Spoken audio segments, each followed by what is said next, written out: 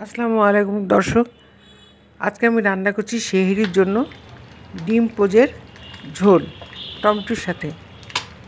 আমি 3টা ডিম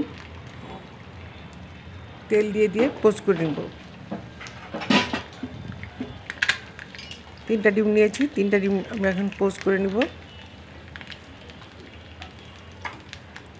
ধীরে ধীরে আমি উল্টিয়ে দেব, 2 পিঠ উল্টে দিলাম।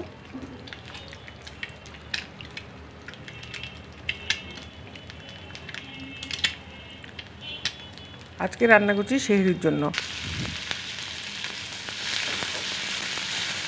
একটা কড়াই নিয়েছি, কড়াইয়ে পেঁয়াজ কুচি দিয়েছি, তেল দিয়েছি, সরিষার তেলে রান্না করছি।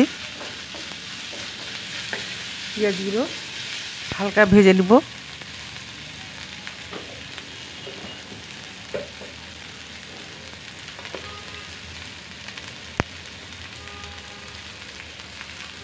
এখন দিলাম মরিচের গুঁড়ো, 1/2 চামচ লাল মরিচের গুঁড়ো।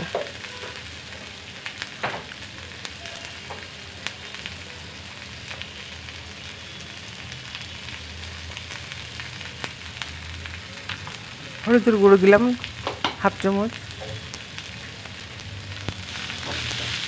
আর নেড়ে নেবো ভালো করে। নাড়া হয়ে গেলেই পানি দিয়ে দিলাম, অল্প পানি দিয়ে মশলাটা কষিয়ে নেব।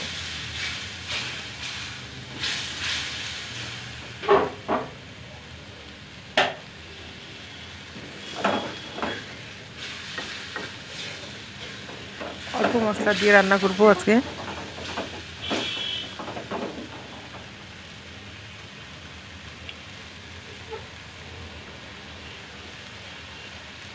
মশলাটা কষানো হয়ে যাক।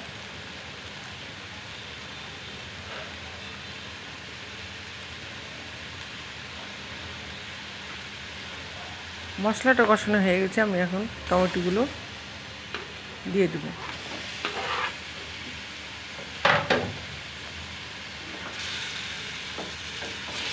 টমেটোগুলো ভালো করে এদিক ওদিক নেড়ে দিচ্ছি।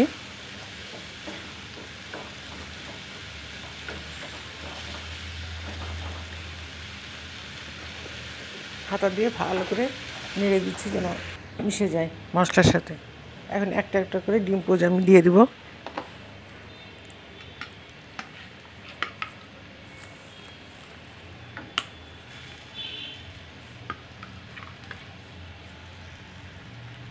দেখুন 3টা ডিম পোজই দেওয়া হয়ে গেছে।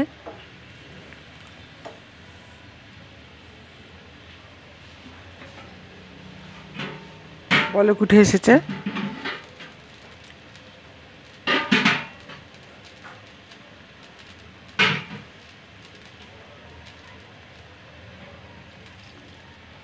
পানি দিয়ে দিলাম, আবার পানি দিলাম।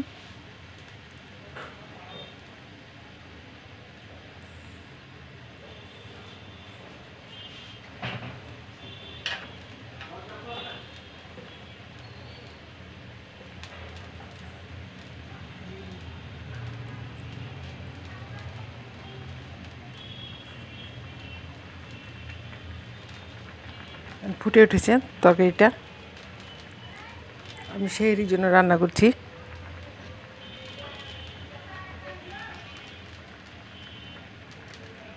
জিরে গুঁড়ো দিয়ে দিলাম 1 চামচ মতো, 1 চা চামচ।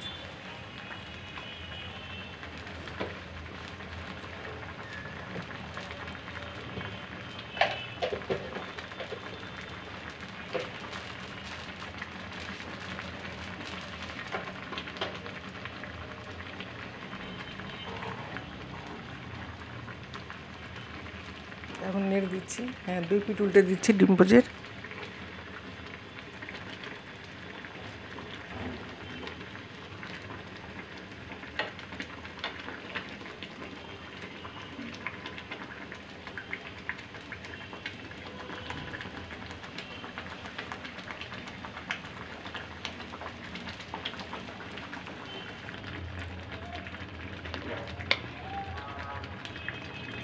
লবণ দিয়ে দিয়েছি, সেটা স্কিপ করে গেছে।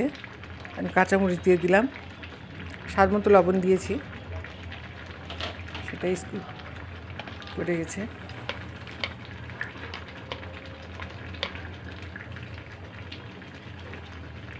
4টা আমি কাঁচামরিচ দিয়ে দিলাম স্বাদ বাড়ানোর জন্য।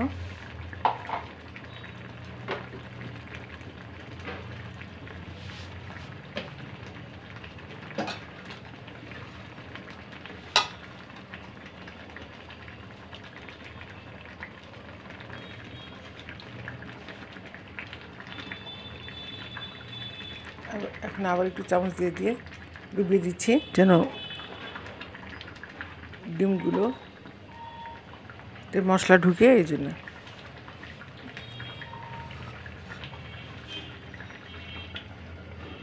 ঢাকা দিয়ে দিলাম, হয়ে গিয়েছে। তরকারির যেটা ঝোল সেটা কমে এসছে।